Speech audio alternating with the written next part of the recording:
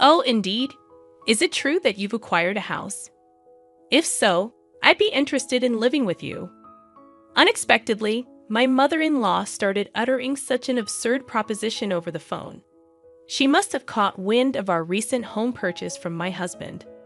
I could discern my sister-in-law's amused chuckles in the background. Does she believe her laughter can go unnoticed? Honestly, I have no desire to reside with my mother-in-law and the others. I thought my husband shared the same sentiment. However, the fact that they've been informed about our new house. Could it be that they're assuming we'll be living together? The idea that my beloved husband might be in cahoots with them fills me with a bit of apprehension. Yet, I have no intention of yielding to their wishes. Are they trying to manipulate me? If that's their game, I'll reverse the roles. Reflecting on all my past tribulations, I pledged revenge against them. I am Kate Thompson, 30 years old, working as an ordinary employee at a major financial corporation. I married my husband Joe 3 years ago, and though we don't have children yet, there's a valid reason for that. A decision we both took seriously. Joe and I are fully committed to our careers, toiling daily with the aim of advancing. Once our professional lives stabilize, we plan to build our own home and create a stable environment for raising children. We've agreed to revisit the topic of having kids once our careers settle down. This was a decision we made earnestly, sharing our genuine feelings and thoughts. We do aspire to have children eventually, and now, as we prepare for that, I find myself recalling all my past struggles. Then one day, I successfully executed a well-planned project at work, and my promotion was officially confirmed. While my salary was already sufficient, the promotion brought even more comfort to our lives. On the other hand, Joe, although not promoted, received a substantial salary increase due to his years of service. With both our incomes on the rise, I felt it was time to turn our long-held dream into reality. So I broached the topic with Joe. Joe, I want to talk to you. Over the past year, both of us have had stable incomes. I think it might be time to consider getting our own home. What do you think? Oh, is it time already? From his excited voice, I could tell Joe was thrilled. Actually, I've been thinking about it too, but since I haven't been promoted yet, I felt a bit hesitant to bring it up. Don't worry about that. It's not like only one of us needs to earn money. I was thinking it might be okay to build our home in my name. Really? Well, you do earn more now. If you're okay with it, let's build our home in your name. All right, let's proceed with that. Let's go see some model houses on our next day off. Sounds great. Let's go. We shouldn't miss this opportunity. I really feel grateful for choosing Joe at times like this, as we share the same values.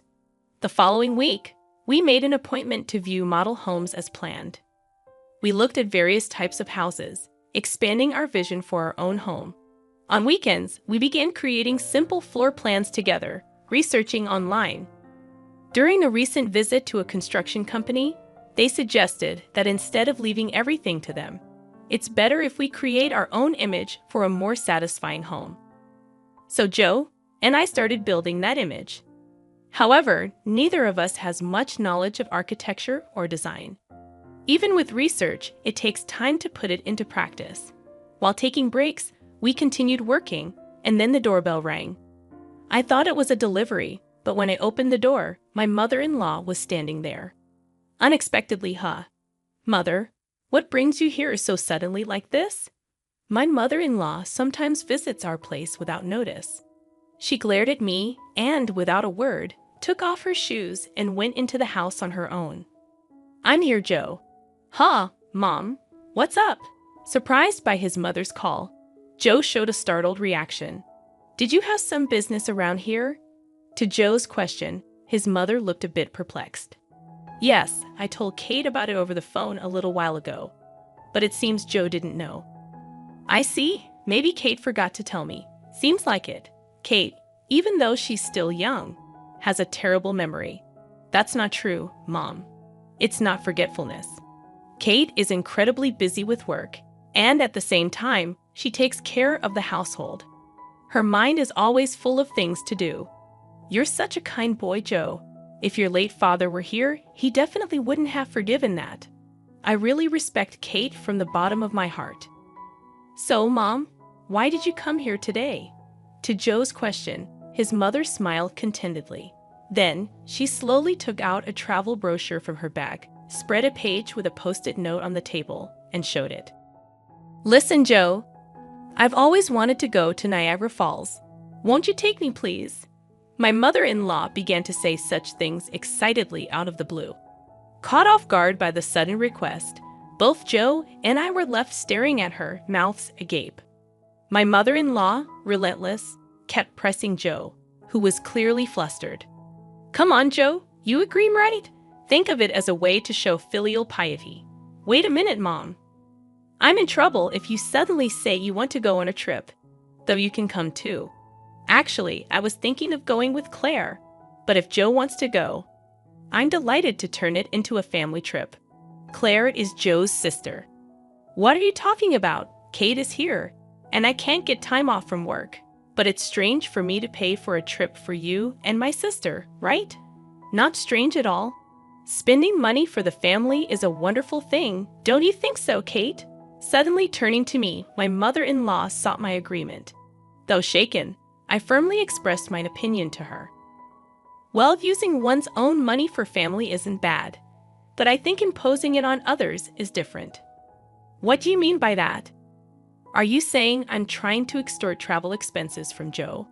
I didn't mean to say it in such a harsh way, but listening to you, it sounded like you just wanted us to pay for the trip, Kate. That's terrible. I had no such intention, but you're making me out to be the villain in front of Joe. I'm so shocked. That's not. I didn't mean to call you a villain. I just answered honestly to what was asked.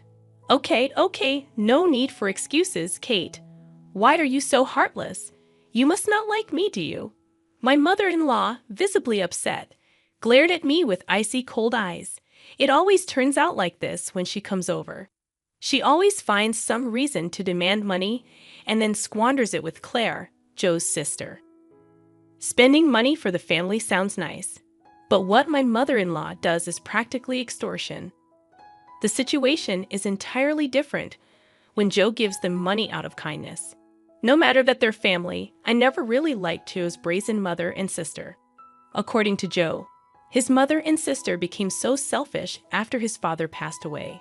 Joe's father died when he was in high school, and since then, they have lived as a trio. While his strict father was alive, he watched over the finances. But with his departure, there was no one to stop them, and they even freely spent the life insurance money. Also, since Claire works part-time, not as a full-time employee, her salary is low, and their life is always on the edge. So this is why she regularly visits our house, making excuses like life is tough, or I want to relax and travel somewhere to extort money from Joe. Before marrying Joe, it seemed he was at the mercy of his mother and her demands after his father's death. A sense of dependence for being cared for by his mother had bound Joe. However, since marrying me, Joe seems to be gradually realizing their true nature. Even when repeatedly asked for money, recently he's been trying hard to refuse. For Joe, that's quite a growth. Moreover, he has recently become able to speak back firmly to his mother. To my mother-in-law's spiteful words like, "You don't like me, do you?" Or "Why should I for such an uncharming daughter-in-law?" Joe responded clearly. "Just because you're my mother doesn't mean you can speak badly of Kate. Didn't Kate just answer what you asked her, Mom? You're taking Kate's side. What are you talking about?" "I think you're in the wrong here, Mom. That's so unfair. Surely Kate must have poisoned your mind against me. Poor thing, you were such a kind child before we got married." "I'm telling you that's not it. I'm saying this because I think so." Joe's firm response surprised my mother-in-law, who was not used to being talked back to like that. With a frustrated look, biting her lower lip, she said, "Fine," and left. "Kate, I'm sorry. I'd always make you feel uncomfortable." "No, it's okay. You stood up for us this time. Once we build our own home, we'll be further away. Let's not interact with Mom and them." "Then yeah, that would be a relief. If you're okay with it, Joe, I'm grateful." The place we are considering for our new home is quite far from our current apartment, improving the convenience to both of our workplaces. Our current apartment is about 5 train stations away from Joe's parental home, but the new house will be 3 times farther and require transfers. The route from the station is also complex, so if we don't give them the address, they won't be able to find our new home. It's a good chance to cleanly break off our relationship with my mother-in-law. Later, we submitted our imagined floor plan to the construction company, and the construction started 2 months later. After about half a year, our $500,000 dream home was completed. We managed to squeeze some time from our busy work schedules to pack a few days before the move. I received a call from my mother-in-law on my smartphone. Busy packing. I turned on the speaker and answered the phone. "Hello," I said, and my mother-in-law started speaking in an unusually high-pitched voice. "Kate, when are you moving? You bought a house, right? I want to live with you." Suddenly, on the phone, my mother-in-law began to say such an outrageous thing. She must have heard about our new home purchase from Joe.